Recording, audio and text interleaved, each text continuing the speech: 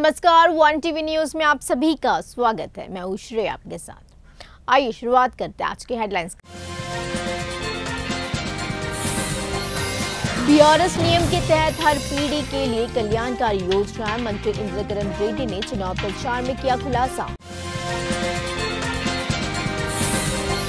राज्य सरकार छात्रों को उनके बुनियादी अधिकारों से वंचित कर रही है। जगन से नाराज चल रहे पूर्व केंद्रीय मंत्री अशोक गजपति राजू। राज्य सरकार छात्रों को उनके बुनियादी अधिकारों से वंचित कर रही है। जगन से नाराज चल रहे पूर्व केंद्रीय मंत्री अशोक गजपति राजू। आइए एक नजर डालते हैं आज की खबरों पर।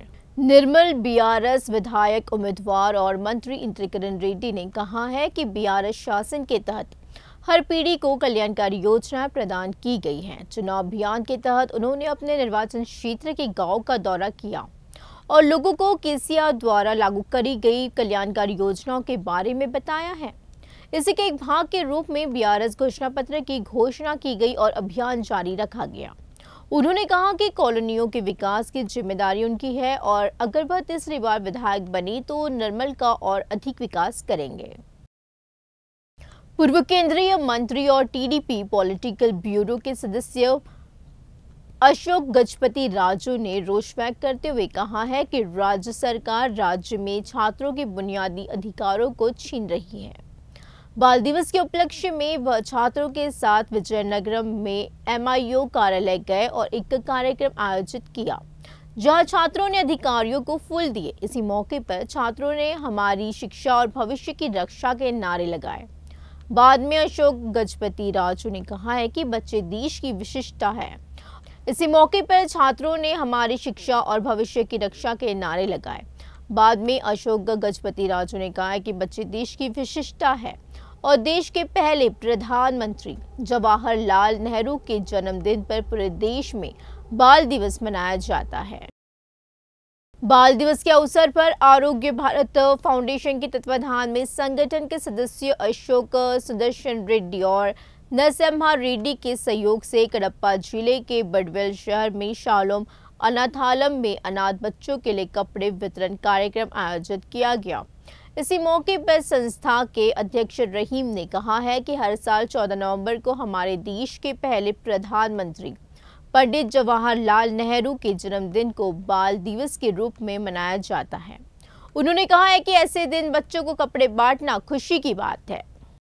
एआईएफबी विधायक उम्मीदवार पिलुतला रघु ने कहा है कि बीआरएस और कांग्रेस पार्टियों के उम्मीदवार उनके खिलाफ गलत प्रचार कर रहे हैं क्योंकि वह लोगों से मिल रहे समर्थक को बर्दाश्त नहीं कर सकते।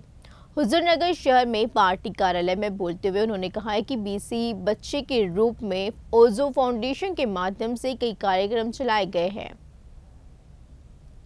जिनमें जीवन के सभी क्षेत्रों के गरीब शामिल हैं।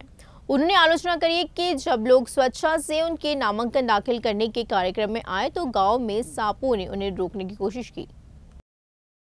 चुनाव अभियान के तहत परिवार के सदस्यों ने बीआरएस पार्टी के उम्मीदवार कुसुकुंतला प्रभाकर रेड्डी की ओर से यदाद्री भुवनगिरी जिले और चोतुप्पल नगर पालिका केंद्र के विभिन्न वार्डों में प्रचार किया है। इसी क्रम में उन्होंने केसीआर द्वारा पार्टी शासन के दौरान गरीबों के लिए लागू करी गई संस्थागत योजनाएं के बारे में जनता को बताया। उन्होंने लोगों से चुनाव में एक बार फिर बीआरएस को वोट देने और विकास में भागीदार बनने को कहा है। जयशंकर भोपालपल्ली जिले के महादेवपुर मंडल में चुनाव के अवसर पर घर घर अभियान चलाया। इसी के तहत उन्होंने गांव के श्री सीताराम जनय स्वामी मंदिर में विशेष पूजा करी है। इसी मौके पर विधायक ने कहा है कि कांग्रेस पार्टी ही तेलंगाना राज्य में आएगी। उन्होंने राज्य की लड़कियों की पीड़ा को देखते हुए आश्वासन दिया कि कांग्रेस अध्यक्ष सोनिया गांधी द्वारा घोषित 6 गारंटी योजनाओं को घर घर पहुंचाया जाएगा। जिला गौड़ा निगम के निदेशक कामना नागेश्वर राव ने पश्चिम गोदावरी जिले के भीमावरम शहर में डॉक्टर वाईएसआर मेमोरियल प्रथम स्तरीय शाखा पुस्तकालय में 56वें राष्ट्रीय पुस्तकालय सप्ताह समारोह का दीप जलाकर उद्घाटन किया। जिला शिक्षा अधिकारी आर वेंकटरमन शामिल हुए और नेहरू के चित्र पर फूल चढ़ाकर श्रद्धांजलि दी है। इसी मौके पर उन्होंने कहा कि बच्चों से बेहद प्यार करने वाले पूर्व प्रधानमंत्री जवाहरलाल नेहरू की जयंती का आयोजन करना बड़े सम्मान की बात है। माता पिता एवं शिक्षकों को अपने बच्चों को बचपन से ही पुस्तकालयों का आदी बनाना चाहिए, क्योंकि इससे अनेक लाभ होते हैं। खबरों में आज बस इतना ही। आगे की खबर के लिए देखते रहिए वन टीवी न्यूज़।